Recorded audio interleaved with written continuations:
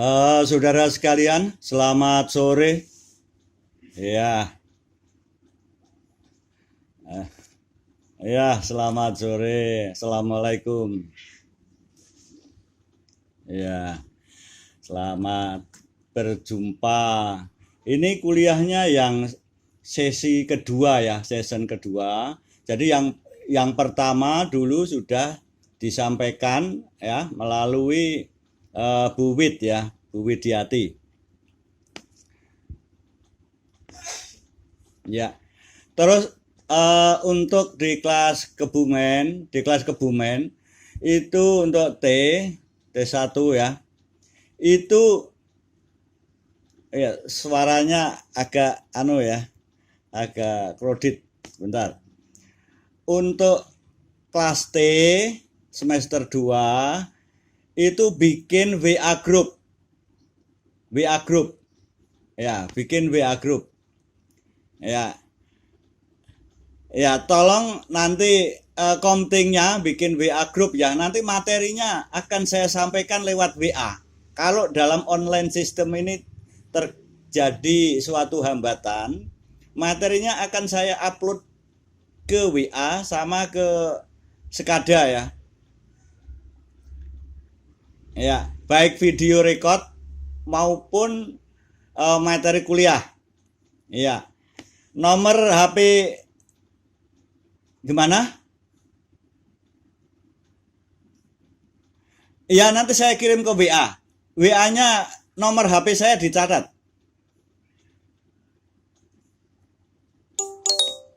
Iya. 082 243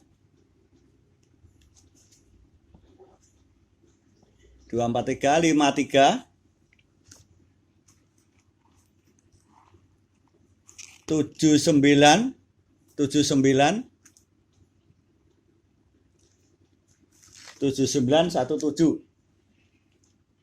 082 243 53 79 17.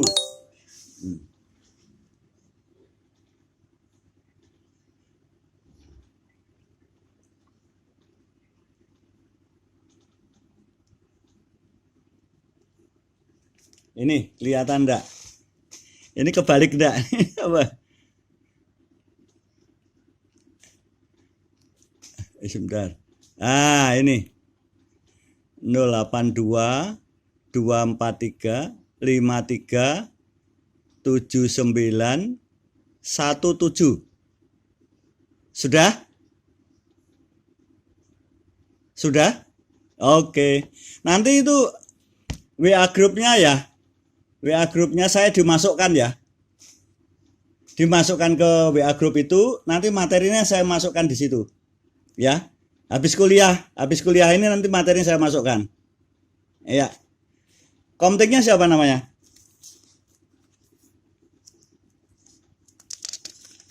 Mas Panggih Prastyo Jati.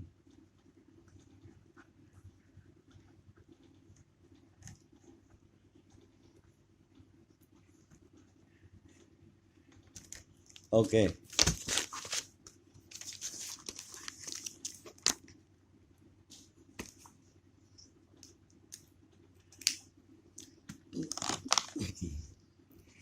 Untuk di Sekada itu bisa di-download ya. Itu nanti dibuka dulu ya. Dibuka dulu, diklik, kemudian dibuka.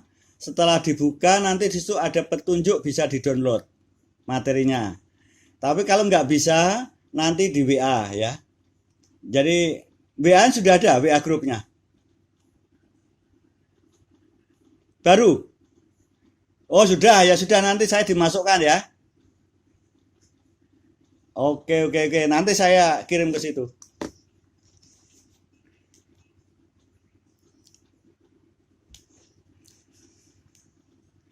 Oke, saudara sekalian, saya mulai kuliah.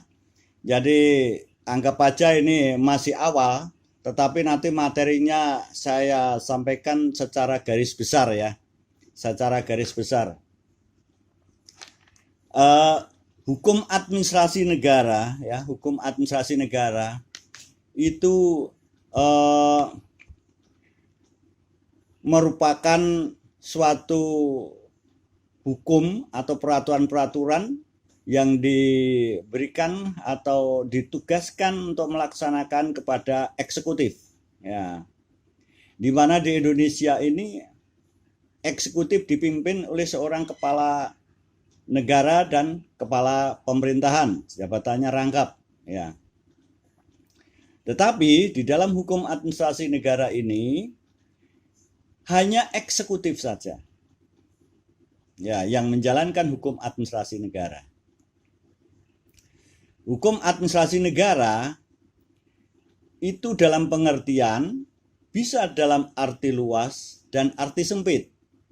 Arti luas itu keseluruhan kekuasaan dalam negara. Tetapi arti sempit hanya eksekutif saja. Hanya pemerintah saja. Ya, hanya pemerintah saja. Selanjutnya, hukum administrasi negara ya, itu dulu di Fakultas Hukum Untak itu masih menginduk pada hukum tata negara. Namun dalam perkembangannya itu karena materinya terlalu luas, maka materi hukum tata negara dipisahkan dengan hukum administrasi negara. Dulu tahun 1975-76 itu masih belum ada pemisahan. Ketika saya mahasiswa itu tahun 78 baru ada hukum administrasi negara. Ya. Kebetulan saya sendiri adalah orang pertama atau dosen pertama kali menjabat sebagai kepala jurusan hukum administrasi negara. Dulu saya hukum tata negara. Ya. Selanjutnya, dalam perkembangannya hukum administrasi negara itu juga hukum administrasi negara itu selalu berkembang. Karena hukum administrasi negara mempunyai ciri yang sulit dikodifikasikan. Ya. Nah, hukum administrasi negara itu ada sejak manusia lahir sampai meninggal dunia. Ya. Bisa diterima suara saya dengan jelas enggak ini, Mas? Enggak bisa? Oke, bisa diterima ya. Santai saja dengarkan. Ada yang di kantor itu ya, baru tugas ya, di Polres atau di mana ini. Enggak apa-apa. Yang penting bisa ngikutin, santai saja ya. Dan nanti materinya buku akan sudah ada, nanti kami kirim. Tetapi materi full ada di WA, nanti saya kirim sama video record. Selanjutnya, menurut teori Oppenheim, hukum tata negara dan hukum administrasi negara itu adalah suatu hukum yang sangat berhubungan dekat sekali. Ya. Menurut Oppenheim, hukum tata negara itu mempelajari negara dalam keadaan bergerak. Hukum tata negara itu mempelajari negara dalam keadaan diam, ya, atau state in rest. Hukum administrasi negara itu mempelajari negara dalam keadaan bergerak atau state in moving, ya.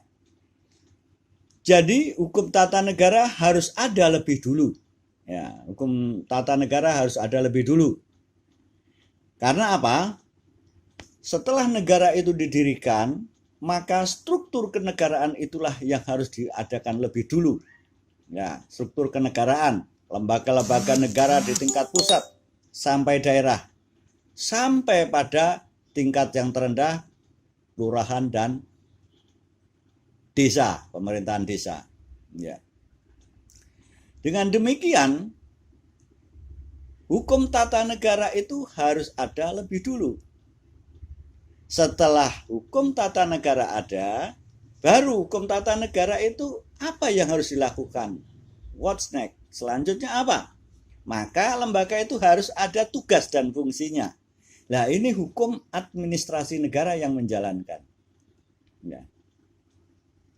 Karena hukum administrasi negara itu negara dalam keadaan bergerak, maka hukum administrasi negara harus menjalankan tugas-tugas yang telah dibentuk oleh hukum tata negara atau stat in res. Ya, itu menurut teori Oppenheim. Ya. Selanjutnya, hukum administrasi itu ada sejak kapan? Ya, hukum administrasi negara itu ada sejak kapan? Jadi aturan hukum tentang administrasi negara ini ada sejak kapan? Ada sejak lahir, manusia itu lahir sampai meninggal dunia. Semua tersangkut oleh aturan hukum administrasi negara. Misalnya, saudara lahir dulu, orang tua saudara yang akan mencatatkan kelahiran saudara. Ya, mungkin TV-nya ya, maaf, TV-nya terlalu keras. Itu ada yang ikut kuliah tapi TV-nya terlalu besar. Tolong volumenya TV-nya dikecilkan sedikit. Ya, agak berkurang, ada noise-nya. Ya. Selanjutnya, setelah orang tua saudara mendaftarkan kelahiran, itu hukum administrasi negara yang diterapkan sejak manusia itu lahir. Hukum administrasi negara sudah menerapkan, yaitu tugas orang tua untuk mencatatkan kelahiran. Lahir di rumah sakit atau lahir dukun ataupun petugas melahirkan, biasanya wanita di kampung atau di desa, maka akan mencatat kelahiran itu ke RT RW, kelurahan. Selanjutnya dicatatkan ke kantor catatan sipil untuk mendapatkan akte kelahiran. Misalnya lahir di rumah sakit, akan dicatat jam berapa lahir, hari apa, tanggal berapa, kemudian orang tuanya siapa, antara orang tua perempuan dan laki. Ya, disebutkan, kemudian ada pengantar dari rumah sakit yang akan didaftarkan kelurahan dulu melalui RT RW, kemudian dibawa ke catatan sipil. Catatan sipil yang akan mencatat, ya, akan mencatat kelahiran saudara ini. Ini hukum administrasi sejak lahir. Nah, kemudian gunanya apa akte kelahiran itu? Akte kelahiran bisa berguna. Saudara sendiri sudah menggunakan pemanfaatan daripada akte kelahiran. Saudara masih ikut orang tua misalnya. Saudara punya kakak, punya KTP, punya akte kelahiran. Ya, punya akte kelahiran. Itu akan digunakan misalnya saudara itu sekolah. Misalnya saja sekolah TK pakai, sekolah SD pakai, SMA pakai. Kemudian kuliah di Fakultas Hukum Untak ini syarat itu diharuskan ada. Saya tanya, saudara sudah mengumpulkan KTP, fotokopi maupun KK ke Untak? Sudah belum? Ke dosen wali saudara? Halo? Sudah belum mengumpulkan KTP, KK? Oh sudah, ya bagus. Kalau belum, itu nanti repot waktu wisuda tidak bisa. Karena apa? Saudara tidak akan tercatat sebagai mahasiswa. Di dikti sana, di feedernya sana nama saudara nggak ada. Kalau nggak ada KTP sama KK, itu wajib. Ini hukum administrasi di bidang pendidikan kuliah, ya, khususnya swasta. Ya, ini harus. Ya. Negeri pun juga seperti itu. Sekarang mahasiswa harus termonitor di administrasi pemerintahan tingkat pusat. Ya. Di dikti, pendidikan tinggi, ya, harus tercatat, ya. Di feeder dikti harus ada, ya. Jadi saya kalau mengingatkan saudara sekalian, apabila belum mengumpulkan. Selanjutnya, gunanya untuk studi tadi ya saya sampaikan. Selain untuk studi, di sini adalah untuk bekerja. Ya, untuk bekerja. Bekerja ada dua, di instansi pemerintahan maupun di swasta. Ya. Di instansi pemerintah dan swasta, hukum administrasi negara tetap akan pegang peranan dasar secara administratif. Saya tanya, saudara misalnya jadi polisi, waktu mendaftar pasti pakai KTP, ya, KK, ya, identitas. Ini identitas wajib yang harus disampaikan. Ya.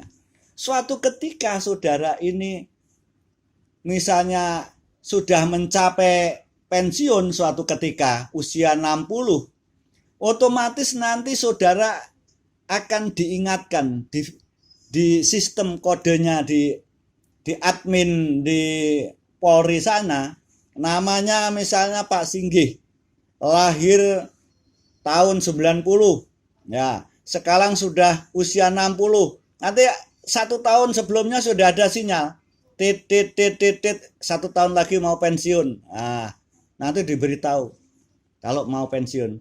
Nah, ini untuk sistem hukum administrasi baik di pemerintahan, di swasta maupun di lembaga-lembaga kepolisian, TNI dan lembaga-lembaga non departemen yang lain, ya. Selanjutnya, apa gunanya dari akte kelahiran, ya, yang di tingkat dasar, ya. Misalnya suatu ketika misalnya, ya, saudara akan menuntut warisan, ya, misalnya menuntut warisan, suatu ketika orang tua saudara sudah usianya 100 tahun meninggal, kekayaannya banyak, saudara ada di luar negeri, mau menuntut hak waris saudara. Buktinya harus ada akte kelahiran, KK, kemudian keterangan waris di kelurahan. Kalau nggak ada harus penetapan di pengadilan. Ini proses hukum administrasi negara yang bisa digunakan dalam hukum perdata. Ya. Jadi Han sama hukum perdata ini nyambung dalam hal waris. Ya, bisa diterima? Oke. Ya.